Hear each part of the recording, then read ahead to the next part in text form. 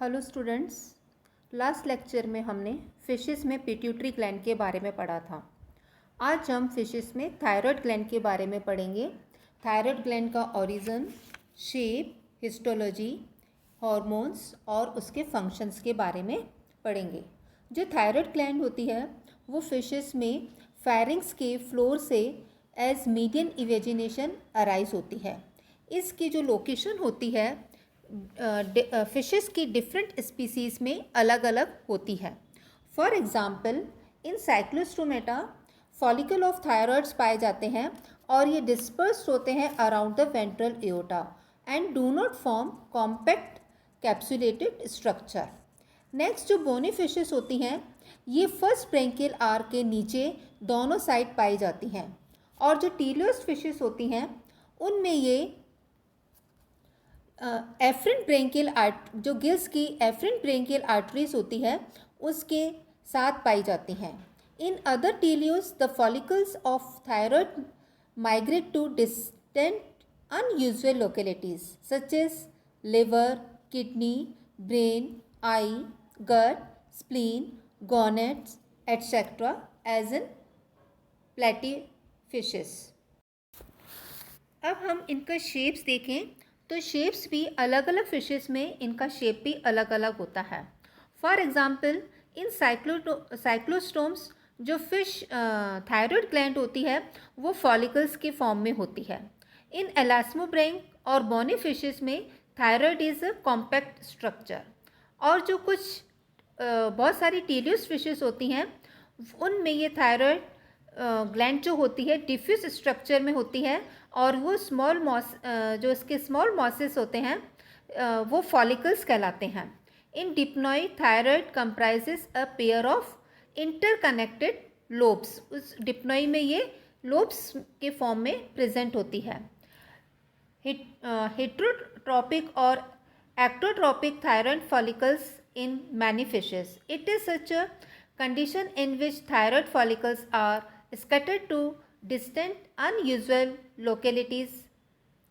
Next, जैसे in certain fish species like जैसे चाना है उनमें ये thyroid follicles are compact and encapsulated. वो कॉम्पैक्ट फॉर्म में होते हैं और इनकैप्सुलेटेड होते हैं।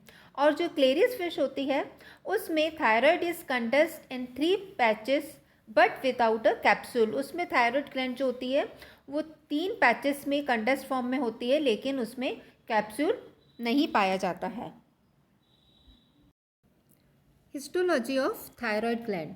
अगर थायराइड ग्लैंड की हिस्टोलॉजी देखें तो इसमें large number of follicles present होते हैं जो कि एक हॉलो बॉल का शेप बनाते हैं, और उसके चारों तरफ single layer of epithelial cells की सिंगल लेयर प्रेजेंट होती है। और ये सिंगल जो एपिथेलियल सेल्स की जो सिंगल लेयर होती है वो एक फ्लूइड फिल्ड स्पेस को कवर करती है, और जिसमें ये जो फॉलिकल सेल्स होती हैं वो एक दूसरे से कनेक्टिव टिश्यू के साथ बाउंडेड होती हैं। और ये जो ग्लैंड होती है हाईली वेस्कुलराइज्ड होती है और जो कि एपिथेलियम सराउंडिंग से कवरिंग होती है। और ये जो एपिथेलियम सराउंडिंग होती है ये मोटी भी हो सकती है और पतली भी हो सकती है, और इसकी जो हाइट होती है वो सेल्स पे डिपेंड करती है, और इसकी जो सीक्रेशन की एक्टिविटी होती है उस पर डिपेंड करती है। और जो ये एपिथेलियम कवरिंग होती है मेनली इसमें 2 तरह की सेल्स प्रेजेंट होती हैं। फर्स्ट इज चीफ सेल्स जो कि क्यूबॉइडल या कॉलमनर शेप की होती है जिसमें क्लियर साइटोप्लाज्म प्रेजेंट होता है, और सेकंड होती है कॉलॉइड सेल्स जिनमें कि सीक्रेटरी मटेरियल के ड्रॉपलेट्स प्रेजेंट होते हैं। इन ग्लैंड्स के द्वारा जो सीक्रेशन होता है मेनली थायरॉक्सिन का सीक्रेशन होता है। अगर हम थायराइड हार्मोन की केमिस्ट्री देखें कि इसका क्या इसका स्ट्रक्चर रहता है, तो the thyroid hormone is the iodinated derivative of thyroxine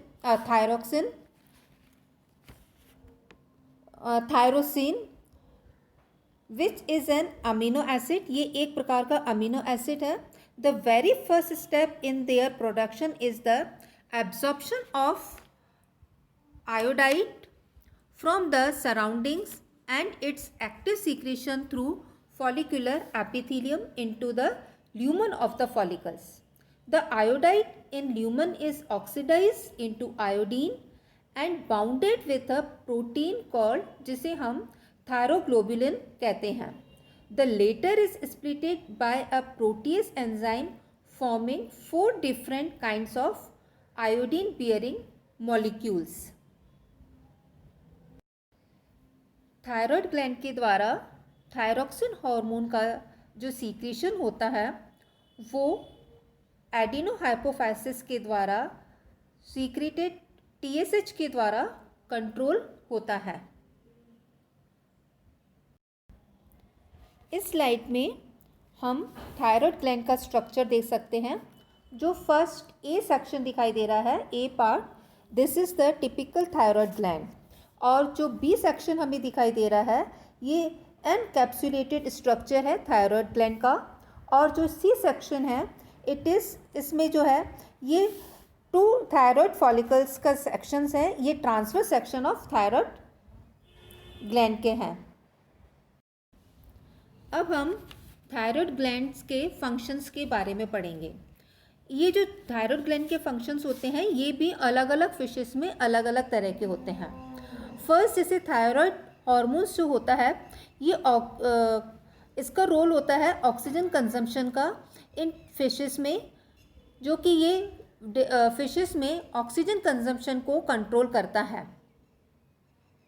second, thyroid hormone osmoregulation को इन्फ्लुएंस करता है जो साल्मन फिशेस होती हैं उनमें. और जो कुछ फिशेस ऐसी होती हैं उनमें ये थायराइड हार्मोन्स जो होता है उनके द्वारा उनमें माइग्रेशन को कंट्रोल किया जाता है इस थायराइड ग्लैंड के द्वारा. और it is also known as effect growth and nitrogen metabolism in gold fish. जो गोल्ड फिशेस होती हैं उनमें ये नाइट्रोजन मेटाबॉलिज्म और ग्रोथ को कंट्रोल करता है. और इसी तरह कुछ फिशेस में ये कार्बोहाइड्रेट मेटाबॉलिज्म को भी कंट्रोल करता है और उसमें ये लिवर का जो ग्लाइकोजन है उसको ये कंट्रोल करता है. Thyroid along with other endocrine glands also influence migration in fishes. Thyroxine brings about maturation in fishes. कुछ ऐसी फिशेस होती हैं जिनमें ये स्केल्स और बोन फॉर्मेशन को भी कंट्रोल करता है. ये थायराइड ग्लैंड्स के जो हार्मोन्स होते हैं उनके इन्फ्लुएंस में ये इनका फॉर्मेशन होता है. इस तरह से आज हमने थायराइड ग्लैंड के ओरिजिन को, लोकेशन का, शेप के बारे में पढ़ा, उसकी हिस्टोलॉजी देखी हमने और उसके फंक्शंस के बारे में पढ़ा. Thanks class.